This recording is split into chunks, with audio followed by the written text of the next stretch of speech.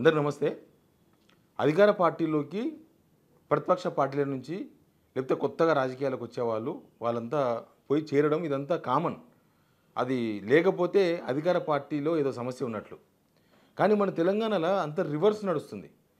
కాంగ్రెస్లో చేరిన వాళ్ళు ఎలక్షన్స్ ముందు లేకపోతే ఎలక్షన్స్ తర్వాత బీఆర్ఎస్ నుంచో లేకపోతే బీజేపీ నుంచో లేకపోతే కొత్తగా రాజకీయాలకు రావాల్సిన వాళ్ళు కాంగ్రెస్లో చేరిన వాళ్ళు ఇప్పుడు మొత్తం పక్కకి వెళ్ళిపోతున్నారు, షట్అవుట్ అంటున్నారు. వాళ్ళందరూ వెళ్ళిపోయి కొంతమంది బీఆర్ఎస్లో చేరుతున్నారు, కొంతమంది ఇంకా వేరే ఏదైనా రాజకీయ పార్టీలో చూద్దామా అని చూస్తున్నారు. ఇట్లా కాంగ్రెస్ పార్టీలో అసలు ఏం జరుగుతుంది, ఎందుకు ప్రతిపక్షం అయిపోతున్నారు? గవర్నమెంట్లో ఉంటే 4 పనులు అవుతాయి, గవర్నమెంట్లో ఉంటే అధికారుల అండ ఉంటుంది, గవర్నమెంట్లో ఉంటే పోలీసులతో మాట్లాడుకోవచ్చు, అధికార పార్టీలో ఉంటే ఏమైనా చేసుకోవచ్చు అని ఎవరికైనా ఉంటుంది. కానీ ఎందుకో ఏమో వరుసగా చూసుకుంటూ వస్తున్నాం. కాంగ్రెస్ పార్టీ నుంచి అందరూ పక్కకి వెళ్ళిపోతున్నారు, సైడ్కి వెళ్ళిపోయి కొంతమంది బీఆర్ఎస్లో చేరుతున్నారు, కొంతమంది ఇండిపెండెంట్గా ఉండే ప్రయత్నం చేస్తున్నారు. ఏమవుతుంది అసలు కాంగ్రెస్లో? ఇది దేనికి సంకేతం? మన తెలంగాణలో దేనికి సంకేతం? తెలంగాణ ప్రజలు చైతన్యపరచడమే మన ఉద్దేశం.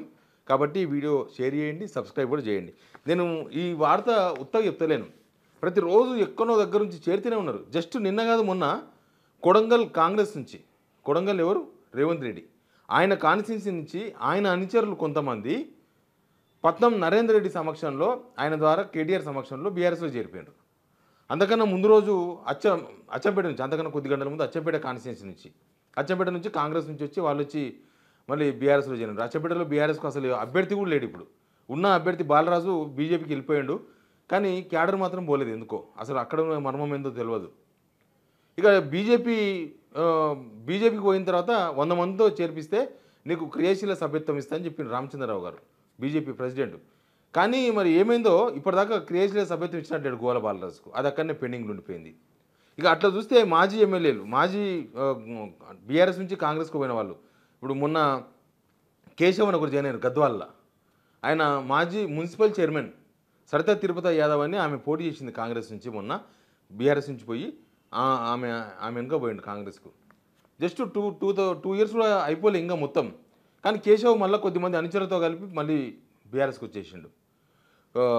సిర్పూర్ ఎమ్మెల్యే, మాజీ ఎమ్మెల్యే కోనేరు కోనప్ప, ఆయన ఓడిపోయిన తర్వాత కాంగ్రెస్కి పోయిండు. పోయి మళ్ళీ ఆయన జస్ట్ ఒక 1.5 year అయిందో లేదో పోయి మళ్ళీ వాపసు వచ్చిండు. ఆయన కూడా వాపసు బీఆర్ఎస్లో చేరిపోయాడు. అది నిజానికి సిర్పూర్లో కాంగ్రెస్ ఎమ్మెల్యే కూడా లేడు. ఎవరన్నా కాంగ్రెస్ ఇప్పుడు ఆయన్నే ఇప్పుడు బీఆర్ఎస్లో చేరిండు కదా, ఆయననే కాంగ్రెస్కి దిక్కడ ఎవరు లేరు. ఆడ ఎమ్మెల్యే బీజేపీ ఎమ్మెల్యే ఉన్నాడు. మరి ఆడ కాంగ్రెస్ అధికారం అంటే మామూలు ఉండదు కదా. ఎవరు లేని చోట, ఎమ్మెల్యే లేని దగ్గర ఎమ్మెల్యే లేని చోట కోనప్పనే హీరో అక్కడ. కానీ ఆ కోనప్పనే కాంగ్రెస్లో ఉండలేకపోయాడు.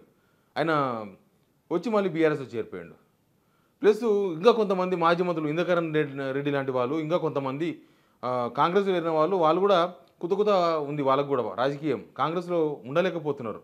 వాళ్ళు ఎప్పుడు బయటకు వస్తారో, ఎప్పుడు ఎట్లా అవుతుందో తెలియదు. అసలు దేనికి సంకేతం ఇది? ఎందుకు? నిజానికి 10 మంది ఎమ్మెల్యేలు కూడా ఒకవేళ బీఆర్ఎస్ కనుక చేర్చుకోవడానికి రెడీగా ఉంటే వాళ్ళు చేరిపోతుండట. చాలామంది ఒక 5-6 మంది ప్రయత్నం చేసిండ్రు.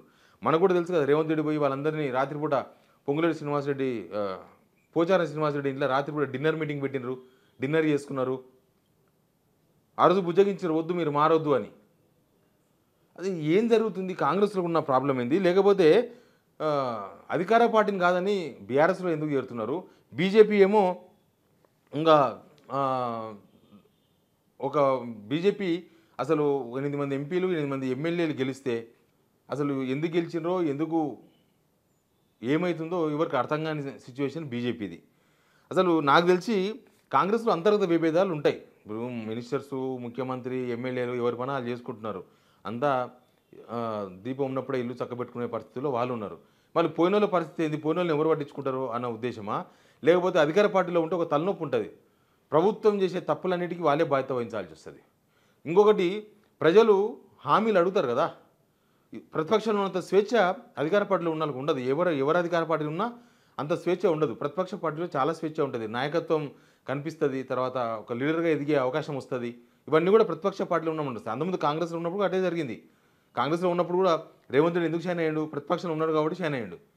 ఆయన వాళ్ళు అధికార పక్షంలో ఉన్నట్టే ఇంకో ఇప్పుడు ఎట్లా ఉంది రేవంత్ రెడ్డి పరిస్థితి? ఆయన చెమీని అర్థమైపోయింది, ఆయన పరిపాలన వ్యవహారం ఏందో అర్థమైపోయింది, ఆయన నాలెడ్జ్ ఏందో అర్థమైపోయింది, ఆయన మెంటాలిటీ ఏందో జనాలకు అర్థమైపోయింది.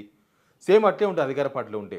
కాబట్టి అట్లా జనాల ఒత్తిడి నుంచి తప్పించుకోనికి, ఎందుకంటే రేపు రేపు స్థానిక సంస్థల ఎలక్షన్స్ వస్తున్నాయి. ఇక ఓట్లు అడగకపోతే జనం అడిగే పరిస్థితులే ఉన్నాయి. ఎందుకంటే హామీలు చాలా పెద్ద మొత్తంలో ఆశ పెట్టి గెలిచిండ్రు, తీరా వచ్చే వరకు హామీలు ఏవి అమలు కాలేదు. ఇట్లాంటి పరిస్థితుల్లో ప్రెషర్ నుంచి తప్పించుకోనికి బహుశా బీఆర్ఎస్కి వస్తుండొచ్చు. సేమ్ టైం కాంగ్రెస్లో అంతర్గత విభేదాలు కూడా, కాంగ్రెస్లో Revanth Reddy versus ministers, senior leaders ఎవరిని పట్టించుకునే పరిస్థితులు లేరు. తర్వాత చాలామంది స్థానిక రాజకీయాలు లెక్కలు వేసుకుంటున్నారు. లోకల్గా ఎట్లా ఉంది, ఇప్పుడు ఎమ్మెల్యే పరిస్థితి ఏంది, ఆ ఎమ్మెల్యే ఆయన పరిస్థితే బాగాలేదు. ఎమ్మెల్యేనే రూపాయి తీసి ఖర్చు పెట్టే పరిస్థితిలో లేడు. ఎమ్మెల్యేకి వచ్చే నిధులు లేవు, ఎమ్మెల్యే ఖర్చు పెట్టేది లేదు. ఎమ్మెల్యేనే ఎక్కడ దొరుకుతాయా ఏం దొరుకుతాయా అని ఎదురు చూస్తున్న సిచ్యువేషన్. ఇక ఎమ్మెల్యే దగ్గర ఉండి ఏమొస్తుంది, ఎమ్మెల్యే వెనక తిరిగి ఏమొస్తుంది. ప్లస్ స్థానిక రాజకీయాలు చాలామంది ఇప్పుడున్న పరిస్థితుల్లో కాంగ్రెస్ మళ్ళీ గెలవదు అని చాలామంది ఎప్పుడే డిసైడ్ అయిపోయారు. అదేందో తర్వాత ఎప్పుడో నిర్ణయం ఎందుకు తీసుకోవాలి, ఇక్కడ ఉండి చేసేది ఏముంది, ఏమైనా పనులు అవుతున్నాయా అధికార పార్టీలో, లేకపోతే ఎవరైనా మనల్ని ఆదరిస్తున్నారా, ఎందుకు బయటికి వెళ్ళిపోతే అయిపోయా కదా, ఇప్పుడే పోయి ప్రతిపక్షంలో పనిచేసుకుంటే మనకు ముందు భవిష్యత్తు వస్తుందని చాలామంది భావిస్తుండొచ్చు. అదే లోకల్గా ఉండే రాజకీయాలను లెక్కలేసుకోవడం అంటే. ఇక ప్రజల్లో బీఆర్ఎస్ను పల్సన్ చేయనికే లేకపోతే డిస్టర్బ్ చేయడానికి చాలా ప్రయత్నాలు జరిగినాయి. నిజానికి బీఆర్ఎస్ని డిస్టర్బ్ చేయడానికి ప్రధానమైన కారణం ఏంటంటే ఈ చేరికలు ఉండొద్దనే. కాంగ్రెస్ ఇప్పుడు బీఆర్ఎస్లో ఉన్న కార్యకర్తల మనోధైర్యం దెబ్బతీయాలని ఇట్లాంటి రాజకీయ వ్యూహాలు ఎత్తుగడలు ఉంటాయి కదా. ఇప్పుడు కాంగ్రెస్ బట్టి విక్రమార్కనేమో మేము గేట్లు ఎత్తేసినాం, గర్వాపసి ఎవరైతే కాంగ్రెస్ నుంచి బయటకు పోయినారో ఏ పార్టీ ఉన్నారో వాళ్ళందరూ వాపసు వచ్చేయండి అన్నారు. కానీ ఎవరు చేరలే. ఇక్కడ గర్వాపసి ఏం లేదు, కానీ కాంగ్రెస్ పార్టీ నుంచి లీడర్లంతా కూడా బయటకు వచ్చేస్తున్నారు. ఆ ప్రెషర్ తట్టుకోలేకనా, లేకపోతే ఇప్పుడున్న పరిస్థితుల్లో కాంగ్రెస్లో ఉండడం వేస్ట్ అనా ఏందో, కానీ చాలామంది లీడర్లు బయటకు వచ్చే ప్రయత్నాలు చేస్తూ ఉన్నారు. 10 మంది ఎమ్మెల్యేలు, పార్టీ మారిన ఎమ్మెల్యేలను కాపాడుకోవాల్సిన బాధ్యత కూడా రేవంత్ రెడ్డి మీద, కాంగ్రెస్ పైనే ఉంటుంది. మరి వాళ్ళు కాపాడుకునే పరిస్థితులు ఉన్నారా, లేకపోతే ప్రజల్లో పల్సన్ చేసే పరిస్థితులు ఉన్నారా అనేది మనకు అర్థమైతేనే ఉంది. ప్లస్ కరెక్ట్గా ప్రజల కోణంలో ఈ పరిపాలన నడుస్తలేదు అనేది చాలామందిలో మిగిలిపోయింది. ప్రజల్లో తీవ్రమైన అసంతృప్తి ఉంది. కాంగ్రెస్లో ఉన్న వాళ్ళు అసలు ప్రజల దగ్గరికి పోయి ఇంతకుముందున్నంత ఫ్రీగా మాట్లాడే పరిస్థితులు లేకుండా పోయినాయి. ఇక ఇట్లాంటి పరిస్థితుల్లో బీఆర్ఎస్కి వస్తున్నారా, నిజానికి ఎట్లా డ్యామేజ్ చేసే ప్రయత్నం చేశారంటే బీజేపీ బీఆర్ఎస్ ఒకటే, లేకపోతే బీజేపీలో బీఆర్ఎస్ విలీనం కాబోతుంది. ఎందుకనంటే బీఆర్ఎస్ నుంచే మా పార్టీలకు చేరికలు రావాలని కవిత లాంటిలను కూడా దీనిలో వాడినరు. బీజేపీ బీఆర్ఎస్ విలీనం అయితే ఇట్లాంటి కవిత చెప్తే అందరు వింటారు కదా అని చెప్పి కవితతో, ఎమ్మెల్సీ కవితతో చెప్పించే ప్రయత్నం చేసినారు. అయినా సరే కార్యకర్తలు పోలే. కార్యకర్తలు బేస్ గట్టిగా ఉన్నది. ఈ బేస్ గట్టిగా ఉండడంతోన వీళ్ళు ఎంత డిస్టర్బ్ చేసినా బీఆర్ఎస్ నుంచి ఎవరు పోతలేరు. కేసీఆర్ని అరెస్ట్ చేస్తారు, కేటీఆర్ని అరెస్ట్ చేస్తారు, వీళ్ళిద్దరిని తీసుకుపోయి జైల్లో పడేస్తారు. ఇక వీళ్ళ మీద ఆ కేసు ఉంది, ఈ కేసు ఉంది, ఆ ఇన్వెస్టిగేషన్, ఈ ఇన్వెస్టిగేషన్, సిబిఐ, ఈడీ, అది ఇది రకరకాలుగా చెప్తున్నారు. అయినా సరే బీఆర్ఎస్లోకి వెళ్ళి బయటకు వస్తలేరు ఎవరు జనం. అంత బీఆర్ఎస్లో ఉంటున్నారు. కొత్త కొత్తలు బీఆర్ఎస్లోకి వస్తున్నారు. ఏమన్నా డాక్టర్ నిజామాబాద్ వాళ్ళు ఒక డాక్టర్ ఫ్యామిలీ కూడా జాయిన్ అయిపోయింది. ఇద్దరు యువ డాక్టర్స్, ఇద్దరు భార్యాభర్తలు జాయిన్ అయిపోయినారు. ఇట్లా అంతా బీఆర్ఎస్లో జాయిన్ అవుతున్నారు. కాంగ్రెస్లో చేరికలు అయిపోయి చాలా రోజులు అయిపోయింది. యాక్చువల్గా నిజానికి చాలా రోజులు అయింది కాంగ్రెస్ చేరికలు లేవు. వాళ్ళు గేట్లు ఓపెన్ చేసుకొని కూర్చున్నా లేవు, మొత్తం గోడలు ఇప్పుకొని కూర్చున్నా ఎవరు కాంగ్రెస్ పార్టీకి వస్తే లేరు. కాంగ్రెస్ పార్టీ నుంచి అందరు బయటికి వెళ్ళిపోతున్నారు. ఇక బీజేపీ బలహీనంగా కనబడుతుంది ఇక్కడ. బీజేపీ ఓన్లీ ఎలక్షన్స్ మందం మాత్రమే పనిచేయాలనుకుంటుందేమో. ఎలక్షన్స్ వచ్చినప్పుడు మాత్రమే అప్పుడు వేరే నినాదం ఉంటుంది, ఆ నినాదం తీసుకొని పోదాం అనుకుంటున్నారేమో. కానీ బీజేపీలో చేరికలు లేవు. రామచంద్రరావు వచ్చినాక ఒక మాజీ ఎమ్మెల్యే బాలరాజు ఒకటే జాయిన్ అయ్యాడు, గోల బాలరాజు. ఆయన ఇంకా ఎవరు కార్యకర్తలు కూడా రాలేదు. మళ్ళీ అదొక ప్రాబ్లం. సంథింగ్ పక్క రాష్ట్రాల్లో చూసినప్పుడు, లేకపోతే మన రాష్ట్రంలో చూసినప్పుడు, అంతకుముందు బీఆర్ఎస్ అధికారం ఉన్నప్పుడు కాంగ్రెస్ నుంచి అందరూ పోలే బీఆర్ఎస్కి. మరి ఇప్పుడు కాంగ్రెస్కి పోలే కదా అందరూ. మరి కాంగ్రెస్ పోకుండా కాంగ్రెస్ నుంచే ఎందుకు బయటకు వస్తున్నారు? పక్కన వైసీపీకి సంబంధించిన చాలామంది ఎమ్మెల్సీలు, ఎంపీలు, మాజీ ఎమ్మెల్యేలు, మాజీ ఎమ్మెల్సీలు, మాజీ ఎంపీలు ఎంతమంది పోయినారు బయటికి? అందరు వెళ్ళిపోయి మళ్ళీ టీడీపీలో జాయిన్ అయిపోయారు.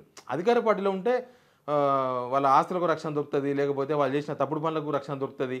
ఇక్కడ ఎంత పిసికినా, ఎన్ని కేసులు పెట్టినా మాజీ ఎమ్మెల్యేలు కూడా పోతలేరు. ఇదొక ప్రాబ్లం. మీ మీద పలానా కేసు ఉందనో, లేకపోతే మేము ప్రెషర్ పెట్టిస్తామనో, అధికారం ఉంది కదా అని వాడతారు కదా అధికార పార్టీ. అయినా సరే అక్కడి నుంచి వాళ్ళు బయటకు వస్తలేరు. ఏదో కొద్దిగా డిఫరెంట్గా కనిపించింది. తెలంగాణలో రేవంత్ రెడ్డిని నమ్మక అట్లాంటి సిచ్యువేషన్ వచ్చిందా? కాంగ్రెస్లో ఉన్న పరిస్థితులకు ఇప్పుడు అయ్యేది కాదు, పోయేది కాదు, ఇది ఏదో 4 హామీలు ఇచ్చి వచ్చిండ్రు అనుకుంటున్నారా? Something is going. బట్ ఇది చాలా డిఫరెంట్, చాలా ఆసక్తికరమైన రాజకీయం తెలంగాణలో. చూద్దాం ముందు ముందు ఏం జరుగుతుందో. Please subscribe signal TV.